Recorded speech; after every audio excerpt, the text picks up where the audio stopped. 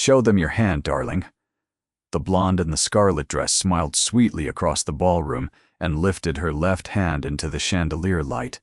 A diamond glittered. A gold band winked beneath it. 600 guests turned to look, and 600 guests understood in the same instant what they were seeing. The ring on that woman's finger was Elena Moretti's wedding ring. And Elena Moretti, the plus-size woman standing very still in the black lace gown, was still married to the man in the charcoal gray blazer between them. Silence spread strangely fast. A waiter froze with a bottle tilted over an empty flute. Somewhere near the back, a champagne glass fell and did not shatter. It simply rolled, catching light. Dante Moretti, the most feared name on the Adriatic coast, stood between the two women and did not move.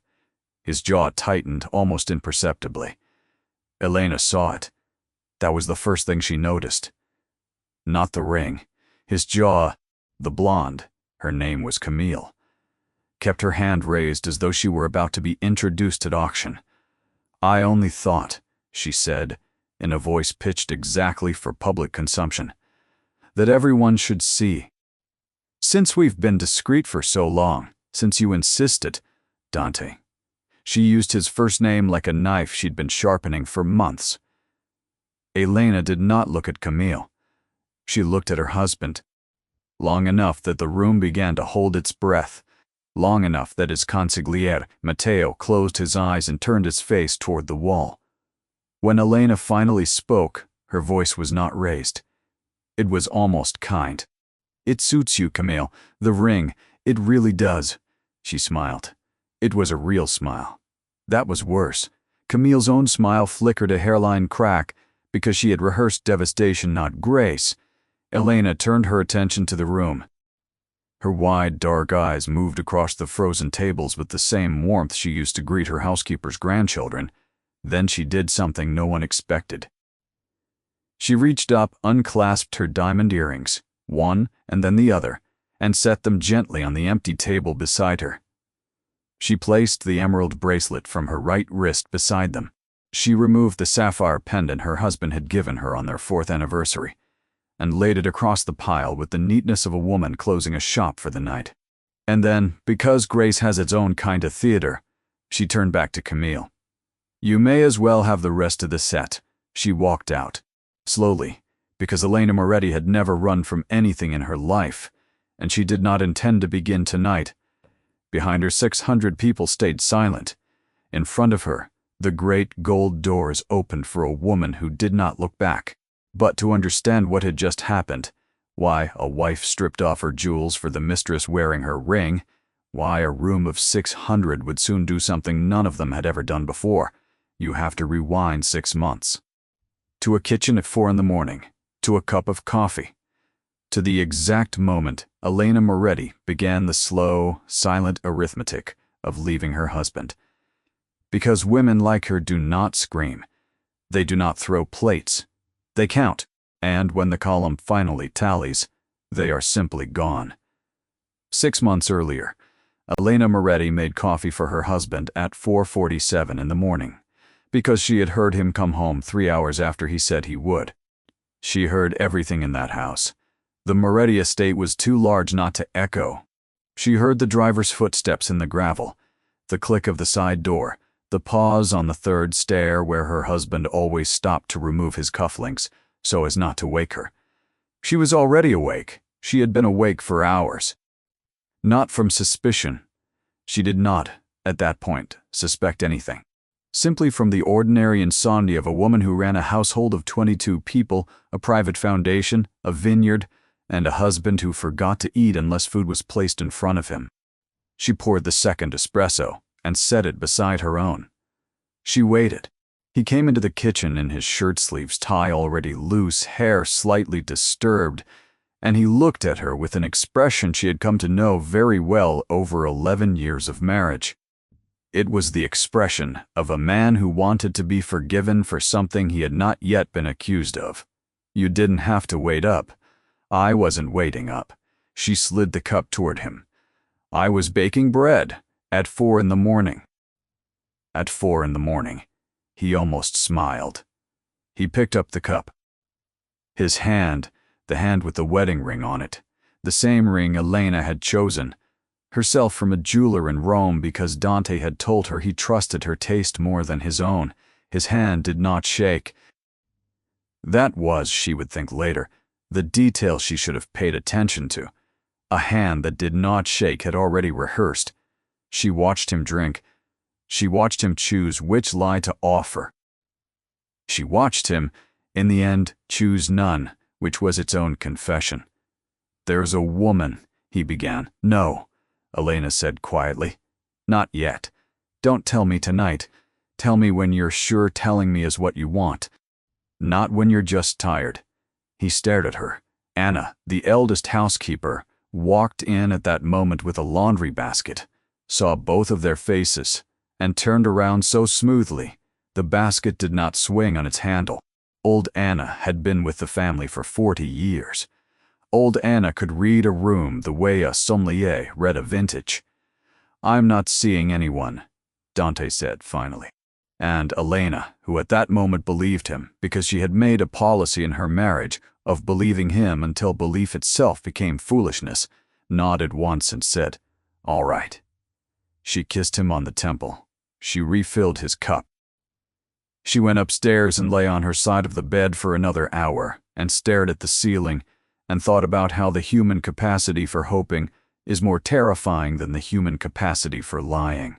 And when the sun came up, she did what she did every morning. She got dressed. She braided her hair. She went to work. Elena Moretti's work was not the kind that appeared in society columns.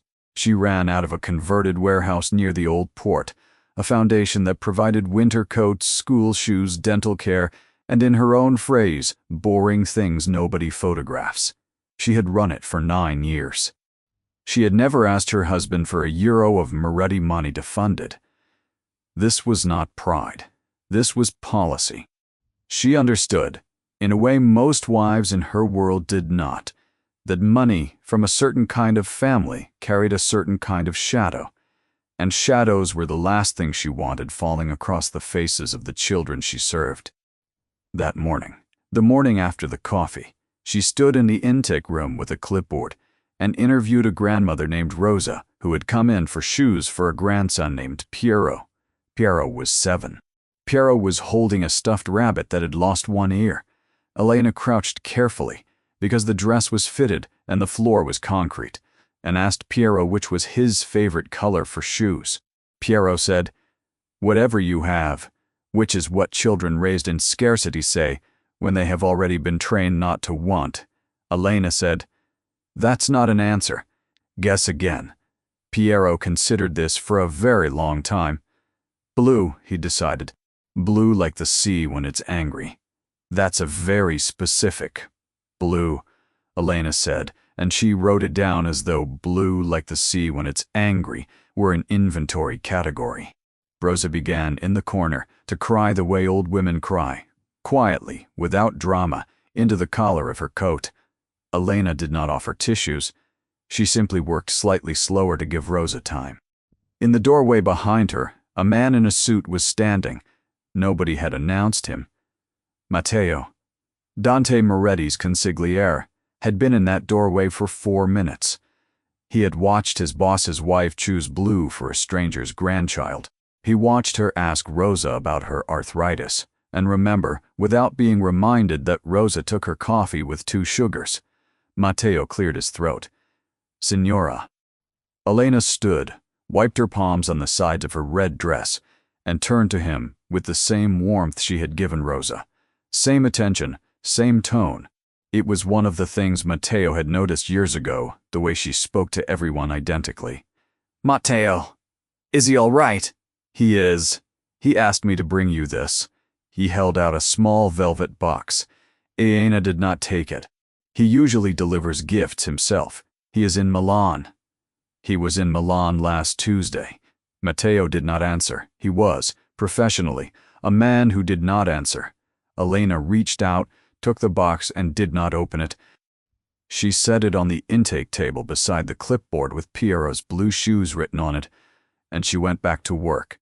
In the car, Matteo called his employer and said, in the flat voice he used for problems Dante had not yet realized were problems, "She didn't open it."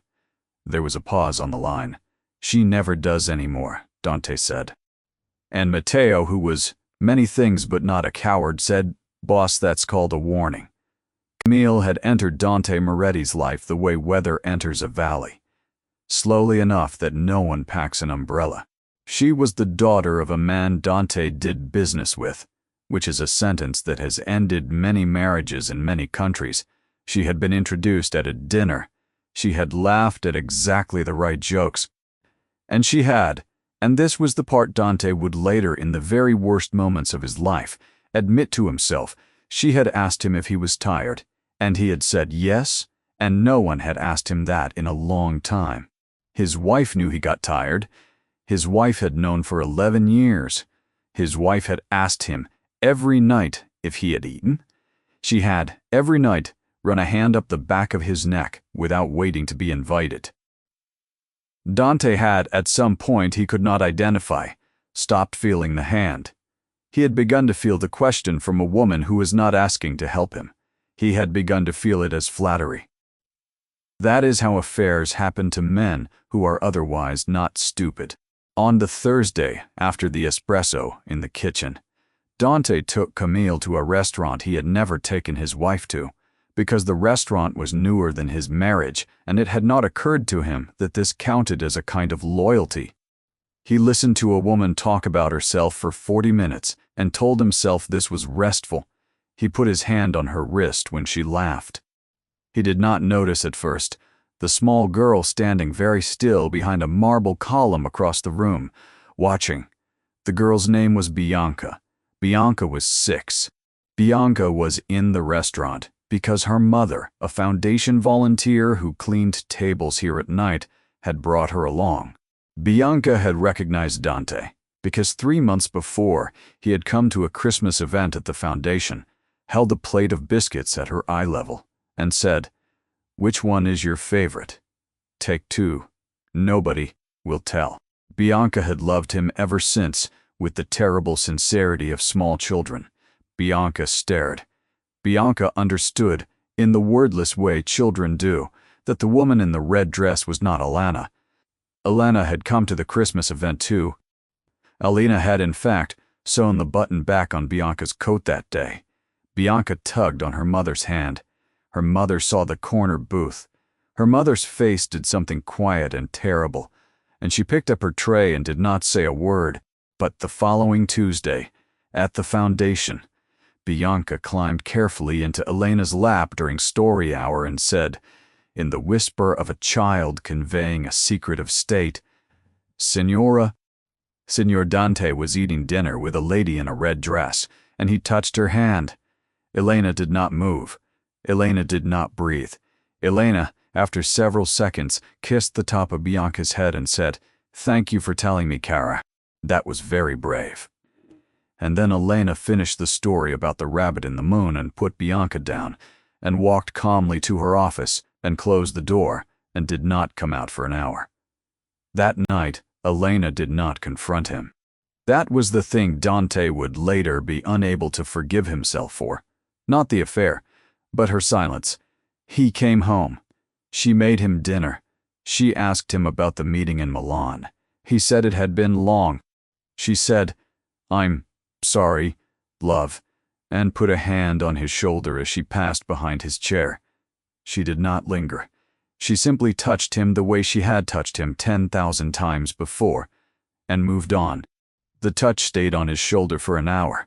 It was heavier than it should have been. He noticed it. He did not know why. Upstairs, Elena wrote 3 letters. She wrote them in her own hand. The first was to her attorney.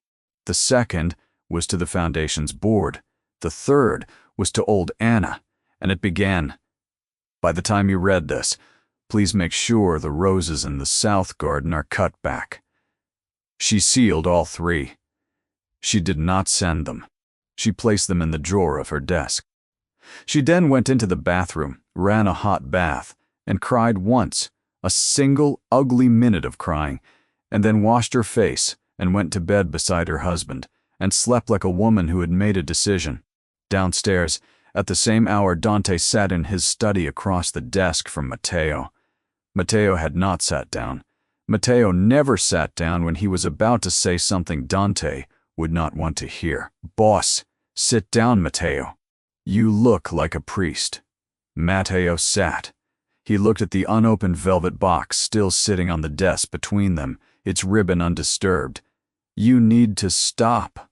Dante did not pretend not to understand. "It isn't serious." "It doesn't have to be serious to be fatal." "Elena doesn't know." "Elena knows." Dante looked up. "How?" "Because Elena is Elena. Because your driver's cousin cleans the restaurant. Because a 6-year-old told her over story hour on Tuesday. Because your wife is not and has never been stupid, and you have somehow convinced yourself that her silence is the same thing as her ignorance." Dante was quiet for a long time. He turned toward the window. He pressed a tattooed hand flat against the cool glass. "Then why hasn't she said anything?" "Because," Matteo said, in the voice of a man who had known his boss since they were 14, "she is deciding whether to keep you. Women like your wife do not scream and throw plates. Women like your wife make quiet decisions. And when they've decided, they don't announce it. They just leave.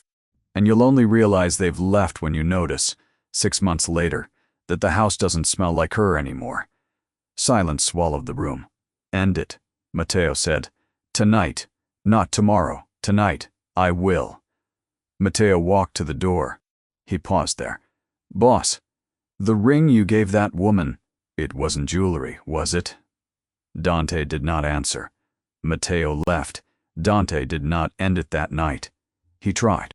He drove to the small, elegant hotel where Camille kept a suite he was paying for though he had told himself he was not. And he stood on the wet cobblestones in the rain, and he raised one tattooed hand palm out toward her, and he said the sentence he had rehearsed in the car. "This has to stop." She laughed. She did not laugh cruelly. That was somehow worse. She laughed like a woman who had heard the sentence before from other men on other cobblestones, and knew exactly how long it took for such men to change their minds. "Dante," she said warmly, "you don't want it to stop." "You want it to stop.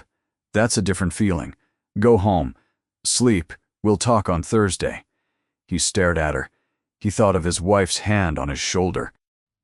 He thought of Bianca whispering into Elena's ear, and Elena kissing the top of the child's head instead of screaming. And then Camille said, the thing that undid him not into love, but into cowardice, which is sometimes the more powerful undoing. She said, "Besides, she'll never leave you. Women like her never leave. They can't afford to." He felt, at that moment, two things simultaneously. He felt disgusted with Camille. He felt disgusted with himself for being with a woman who could say such a sentence out loud. And he felt, and this was the part that would haunt him for the rest of his life, a small, dishonest relief, because Camille had confirmed the thing he had quietly told himself for months. Elena would not leave. Elena he had somehow decided, nowhere to go. He got in the car. He did not go home. He went to a bar he owned in the old quarter, and he drank whiskey until 3 in the morning. When he finally came home at dawn, Elena was already awake, already dressed in the kitchen making coffee, already lifting a cup toward him with the smile of a woman who had, 12 hours before, decided her future. Long night. "Did you eat?"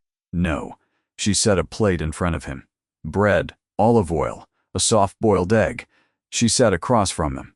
She reached across the table, took his left hand, the hand with the wedding ring, and turned it palm up on the marble. She traced, with one finger, the lines of his palm, slowly, as though she were memorizing them. "Elena, eat, love." He ate. She held his hand until he finished.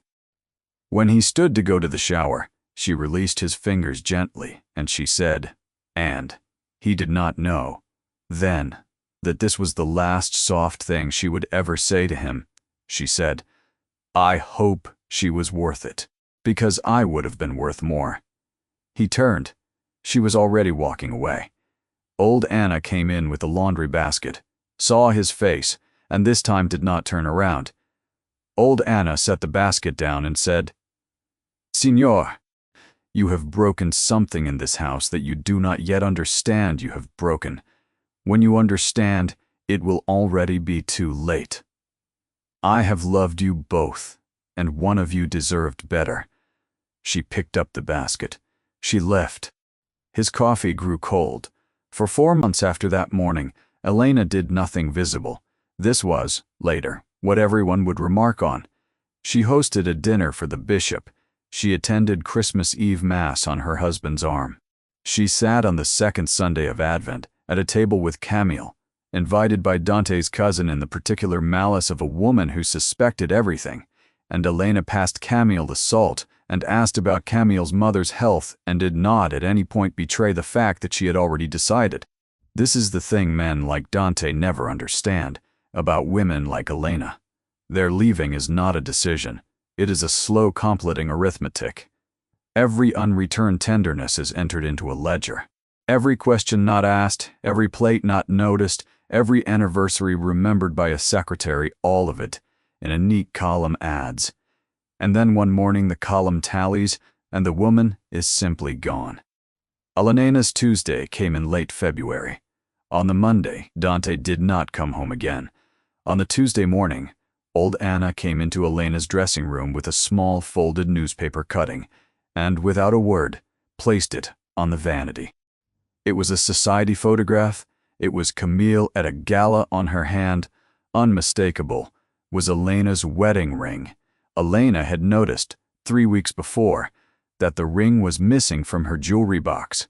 She had assumed she'd misplaced it. She looked at the photograph. She looked at Anna. "Signora, yes, Anna, the car is outside." "Thank you, Anna." Elena stood. She put on the royal blue coat she had bought the previous winter and never worn because Dante had offhandedly once said blue washed her out. She had kept it anyway. She had known she would need it. She picked up one small suitcase, not because it was all she owned, because it was all she wanted to carry. She walked down the great curved staircase.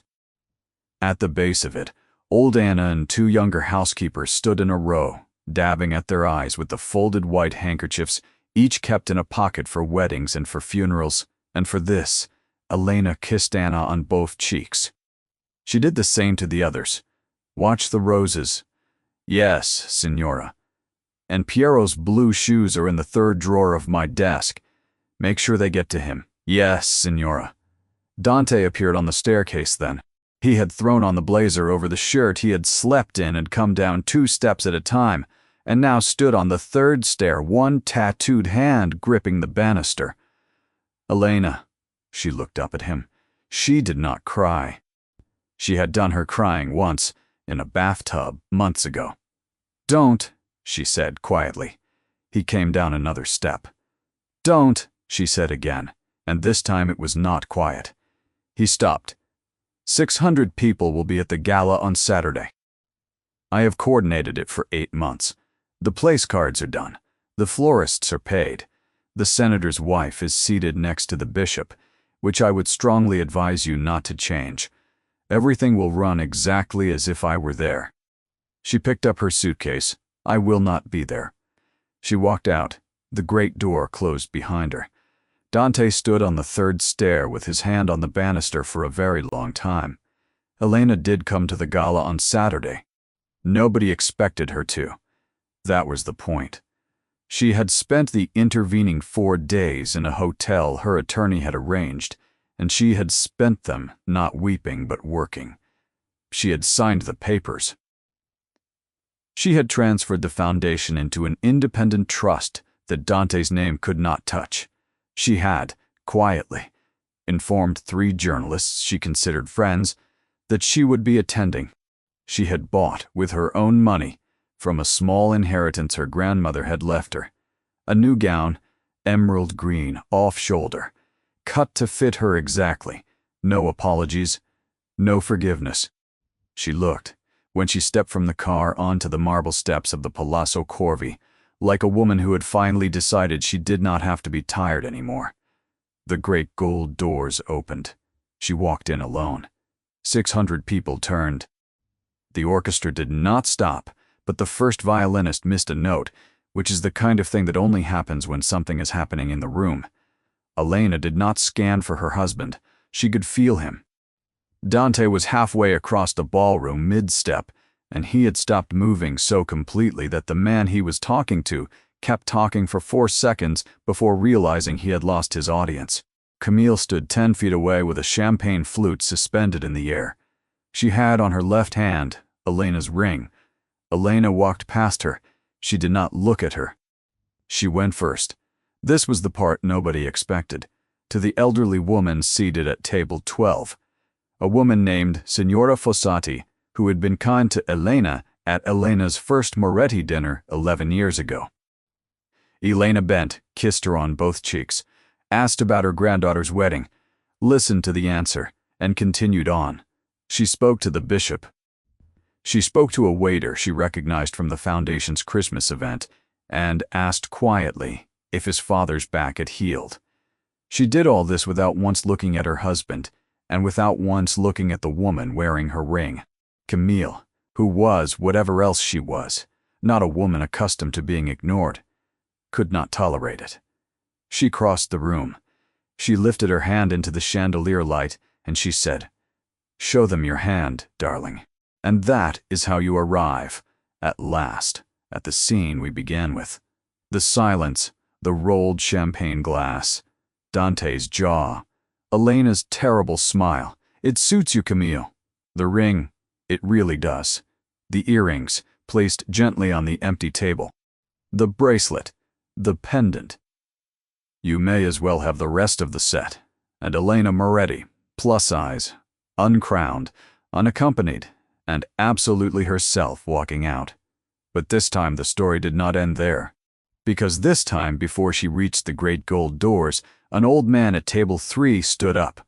His name was Don Lucchese. He was 91. He had been a witness at Elena and Dante's wedding. He stood up now slowly using a cane, and he said, in a voice that was not loud but was audible in every corner of that silent room, "Signora, may I walk you to the door?" Elena turned. She smiled at him. A different smile, this one soft. "Please, Don Lucchese." He offered his arm. She took it, and then, one by one, the standing began. Signora Fossati stood up next. She did not look at Camille. Then the bishop stood. Then a young woman Elena had never met, the daughter of a foundation donor, 24 years old, in a plain black dress among 600 designer gowns, stood, and her hands were trembling, but she stood. Then a waiter set down his tray on an empty chair, straightened his jacket, and stood at attention against the wall. Then 3 more waiters did the same. What? Then a table of businessmen. Men who owed Dante Moretti favors. Men who were meant, by every rule of that room, to remain seated, looked at one another and one by one, without consulting, stood. The senator's wife stood. The bishop's assistant stood. An old opera singer stood and put a hand over her mouth. It was not applause. Nobody clapped. Elena would remember later that this was the miracle of it. Nobody clapped, because clapping would have been for a performance, and this was not a performance.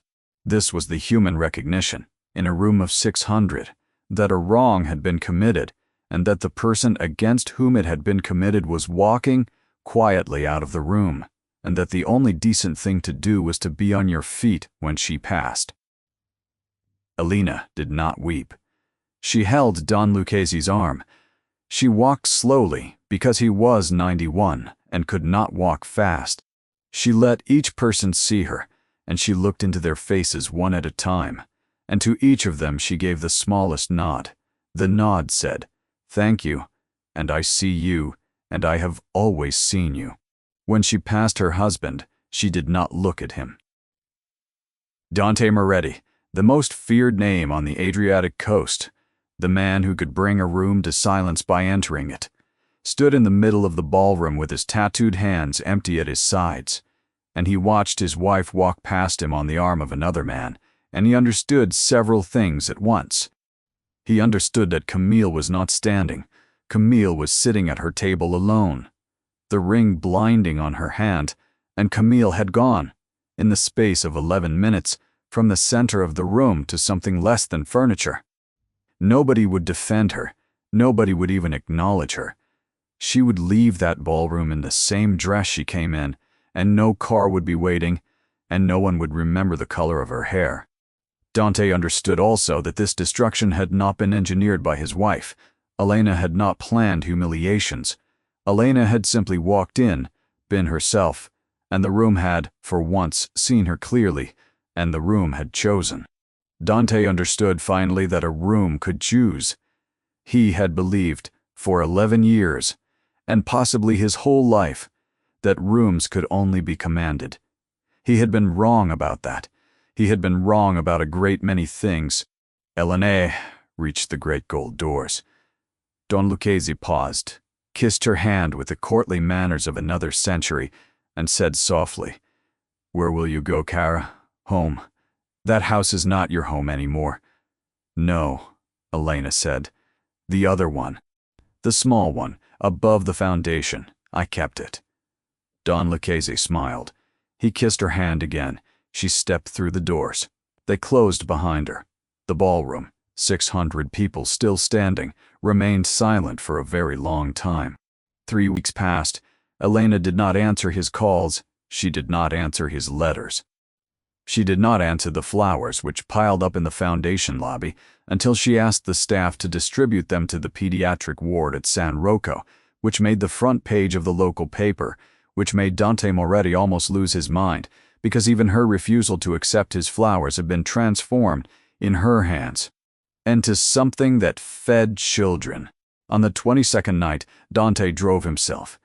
Matteo refused to drive him, which was, for Matteo, an act of protest so significant Dante had not argued, to the small warehouse near the old port, climbed the narrow stairs to the apartment above the foundation, and stood at the door with a folded piece of paper in his tattooed hand, and rain in his hair and no plan. He knocked. She opened the door. She was in a cream cashmere robe. She had a book in her hand. She looked at him for a long moment, then stepped aside. 10 minutes. He came in. She did not sit him down. He stood in the middle of the small, warm room and looked at the sofa where she had been reading, and the table set for one and the taper burning, and the life that had assembled itself around her in 3 weeks without him in it, and he understood, physically, in his chest, as a kind of pressure, that she had already become a woman who did not need him. She had, if he were honest, been that woman for 11 years. He had simply chosen not to notice. He opened the folded piece of paper. He did not read it. He put it back in his pocket. "I wrote you a speech. I'm not going to give it." "Good." "I did a terrible thing. Yes." "I'm not asking you to come back." "Good." He almost smiled. "I'm asking you to let me tell you what I noticed about you. Not to change your mind, because I noticed too late. But I want to say it anyway. Once. And then I'll go." She sat down on the sofa. She simply, with one hand, gestured for him to speak. He spoke. "You remember everyone's name. You remembered the driver's mother's name. You knew the birthday of every housekeeper. You never told me, because you did not think it was worth telling. You touched the back of my neck for 11 years, and I stopped feeling it, and that is my failure, not yours. You made me eat when I forgot to. You made 100 small children warm in winter with money you refused to take from me because you understood something about my money that I have never let myself understand. You sat next to a woman who was wearing your ring on a Sunday in Advent, and you passed her the salt because you would not let my failure make you smaller. I did not lose you because you left. I lost you a long time before you left. And I want you to know, before I go, that I know that now, and that whatever you build from here on you will build without me, and it will be better than anything I could have given you, because everything you have ever built you have built yourself." His voice held. That was the miracle of it. But he stopped. He waited. She was quiet for a long time. Then she said, "That was a very long speech for a man who said he wasn't going to give one." He almost laughed. He did not. Elena did not take him back that night. She did not take him back the following month. She did not resume her life in the great house on the hill. Her wedding ring was, by then, at the bottom of the Tiber where Camille had thrown it in a rage the following Tuesday.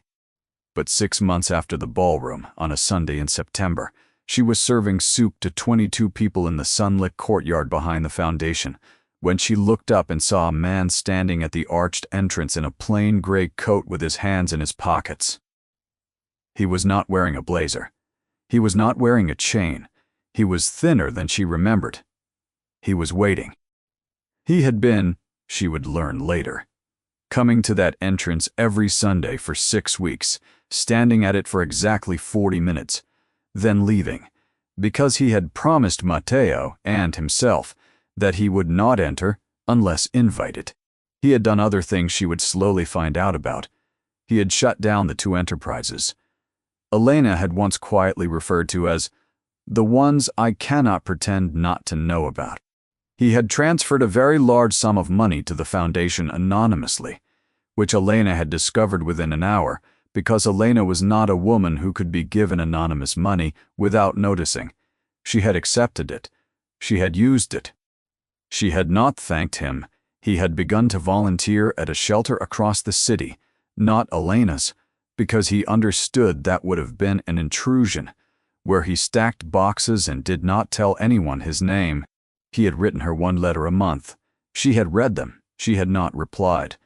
On this Sunday, Elena looked up from the soup ladle, and she saw him at the arched entrance, and she did not smile, but she looked for a long moment. Then she gestured, with the ladle, at the empty chair at the far end of the table. He came in. He sat down. He did not speak. She served him last. She served him the way she served the child in blue shoes and the old woman with arthritis. Same warmth, same attention, same tone. He understood, receiving the bowl from her hands, that this was not forgiveness. This was being seen the way she saw everyone. This was being placed, at last, on the same level as the child and the grandmother, and being trusted to eat his soup and behave. He ate. He behaved. When the meal was over, Elena walked past his chair on the way to the kitchen, and she paused, and she rested one hand briefly on the back of his neck. She did not linger. She simply touched him the way she had touched him 10,000 times before, and moved on. He felt the touch for the rest of his life. Behind them at the empty table, old Anna, who had, without anyone quite noticing, come to work at the foundation the week after Elena left, picked up 2 ceramic bowls and, very quietly, smiled.